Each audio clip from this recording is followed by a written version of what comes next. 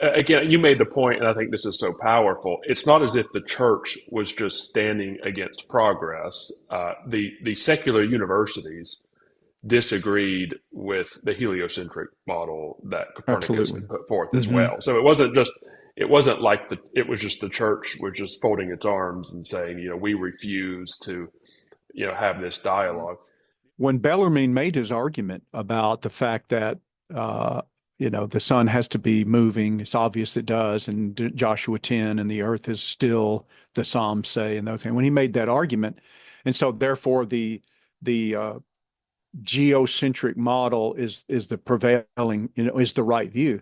Galileo wrote a letter to the Duchess Christina, who he already had reason to believe she was somewhat sympathetically disposed towards Galileo. So he took a chance to try to appeal to some political clout, and explains to her that neither model, the heliocentric and the geocentric model, neither model uh, can account for uh, the some of the things we observe about the universe.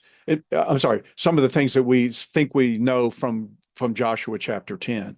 Right. Galileo goes on to show, but your model can't explain that either, because if the sun was moving, okay, as Bellarmine thought, and then the command from God was to make it stand still. Joshua in it stand still. Galileo shows that even on Bellarmine's model from Ptolemy, that would have made the day shorter, not longer. Okay.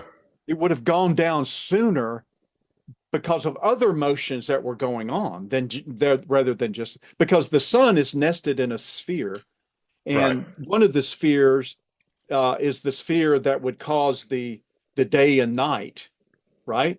So Right. so in that sphere, it's not moving relative to the sphere that it's in, right? The sphere is moving, and so it's stuck in that, so to speak.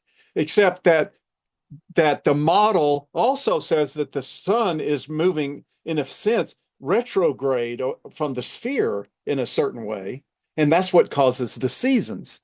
So if imagine if the sphere is moving and the sun is hooked up to the sphere, and then but it's actually moving retrograde, which means it'll eventually set at the end of the day. But if that retrograde motion stood still, then it would have gone down quicker. Wow. Yeah. This is what, as I understand, this is what Galileo argues in his letter to Christina. It's like, okay, so everybody has a problem explaining what happens in Joshua chapter 10. It's not just Right. Copernicus. I can't It's recall who specifically, but it was somewhere that I encountered that information. Of course, the Earth is spinning on its axis, so that's one range of motion, and then it's orbiting mm-hmm. the sun, which is another range. But then the sun itself is moving very quickly as these planets just are pulled along with it, Yes, pulled and along with then it. the even the Milky Way is itself moving Is at moving. an extreme Yeah. speed. So, what does it mean for the Earth to stand still or the suns to stand still? Yeah, right.